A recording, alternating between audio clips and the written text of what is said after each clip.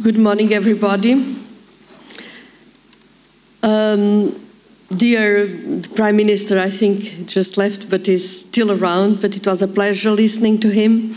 Dear ministers, dear governors, dear Vice President of the Commission, dear Margaritis,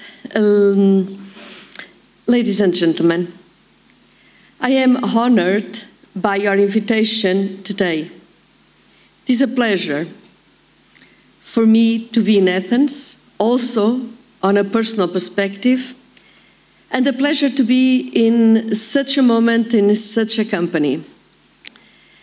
It is also a pleasure to see economic recovery in Greece. I was here in less fortunate times, and I am sincerely happy that Greece is making such a strong recovery. Economic growth stabilized at around 2%, and employment is at its lowest level since 2013. Public finances improved. And I pay tribute to all those here today and to those elsewhere who have worked so hard to make it happen. I also pay tribute to the Greek people who have endured hard times with such dignity and such fortitude. This has been a long and hard road, and cohesion policy has walked this road with you. Back in 2014, when the current round of support programs started, cohesion policy was the main, I would almost say, sometimes the only source of investment in Greece. The Prime Minister mentioned it. Investment in business and innovation, investment in roads and railways, investment in schools and hospitals. Cohesion policy supplied a lot of these investments and others and more at a time when investment was desperately needed. Today, we are in fact in happier times, but cohesion policy investment is still an essential partner in the economic development of Greece. Even today, cohesion policy represents 35% of public investment in this country. Today is an opportunity, as was mentioned before, today is an opportunity to reflect. The design of the new programming period is yours and ours, opportunity to establish a vision and direction. And it is I am very lucky to be here today and be able to listen to this vision, a global vision, a broad vision, but a detailed one.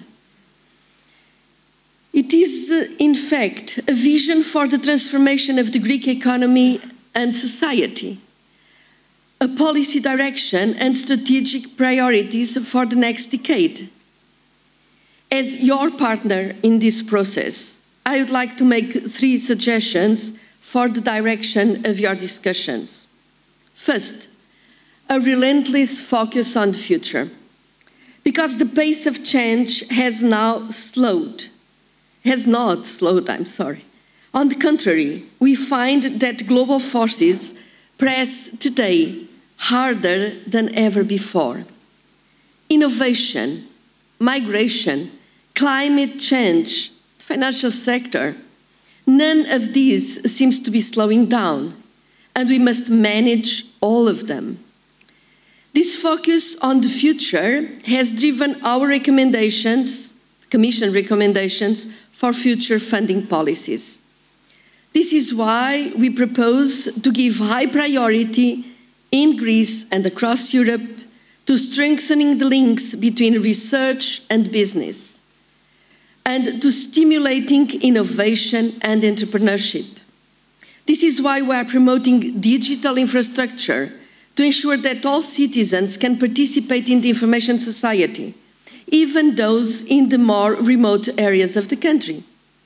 In this context, there is still progress to be made, namely in productivity, in firm management, in the level of innovation, and in the diffusion of technology. The focus on the future also means linking cohesion policy to the European Green Deal. The Green Deal is a vision for Europe to become climate neutral in 2050, for Europe to transform its economy to become circular and resource efficient, and for Europe to ensuring a fair and inclusive transition for those regions most affected by the decommissioning of fossil fuels. We should not underestimate the effort that will be required to reach the goal of a carbon-neutral Europe. Transformative change is needed in many areas: energy, industry, transport, food, agriculture, construction. To be a change in the way we live. For certain regions, this effort will be particularly demanding.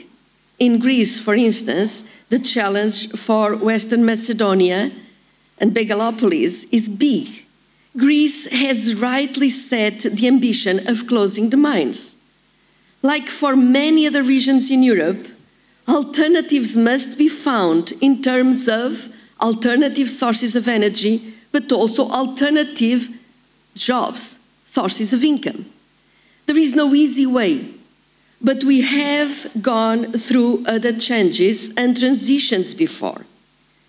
We can help each other to minimize the economic and social costs of a, I repeat, inevitable and needed transition. There is no other way. And once again, cohesion is here. On Tuesday this week, as Margaritis just mentioned, the Commission adopted a proposal for a new element of cohesion policy. It's the Just Transition Fund. This fund aims to alleviate the social and economic impact of the energy transition in the most affected regions. It will support economic diversification. It will help workers to prepare for new jobs. It will mitigate social costs of Europe's move towards climate neutrality.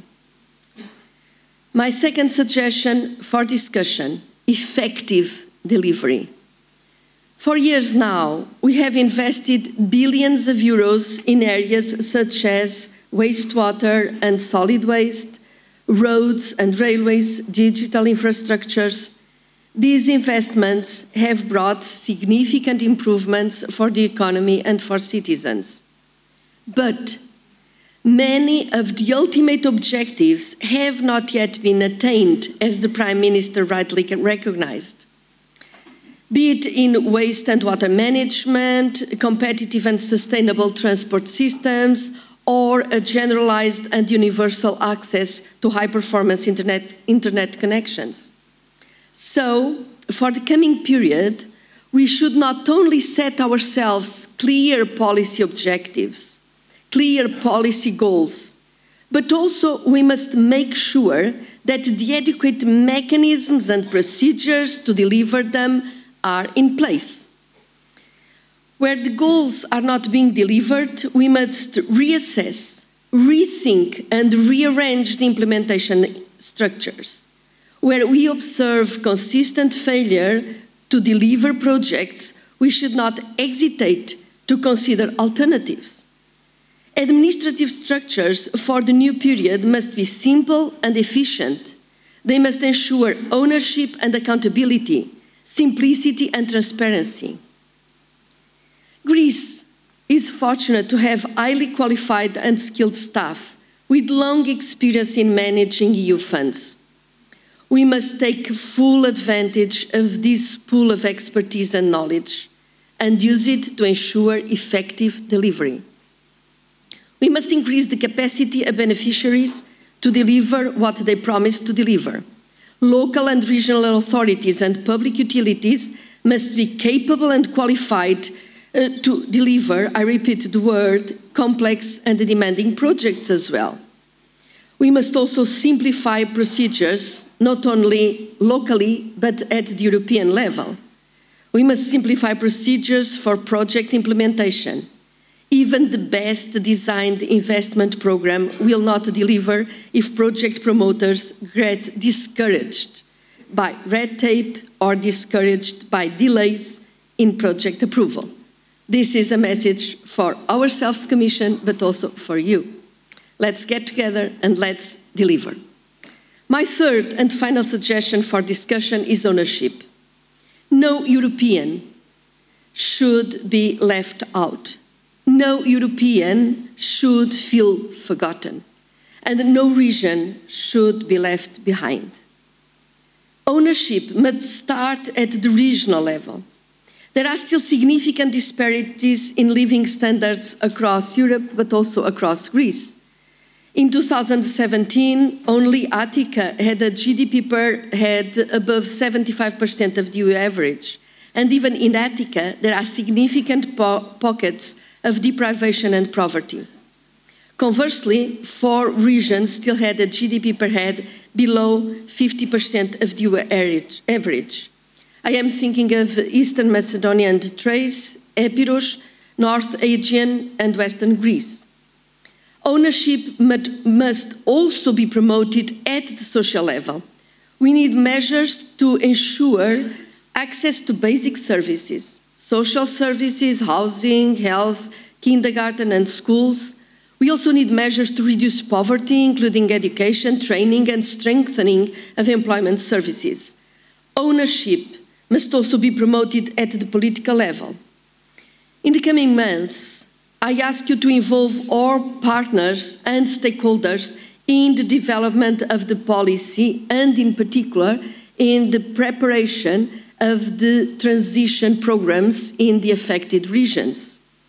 Effective participation and coordination among region and local authorities and other stakeholders will contribute towards a shared vision and the best possible outcome. For my part, I promise I do all I can to promote ownership. I am committed to dialogue, not monologue. I want to hear your voices, all of you, on economic development, cohesion, and reform. In conclusion, ladies and gentlemen, I believe Greece has a bright future. As we discuss that future today, I encourage you to envision, first, a productive and innovative Greece, successfully managing the transition to a carbon-neutral economy. Second, to envision a Greece which makes the most of cohesion policy, effective in delivery, simple, efficient, and accountable in procedures. Third, I ask you to envisage a Greece in which every region, every person feels ownership of future economic success and benefits from the green economy and the digital revolution. We, all of us who work in cohesion and reform, are your partners in economic development. I look forward to listening to the discussions that will follow today and to seeing Greece develop even further in the coming years. With these thoughts, I wish you good luck in the challenging tasks ahead of us. Thank you very much. Ευχαριστώ. Obrigado.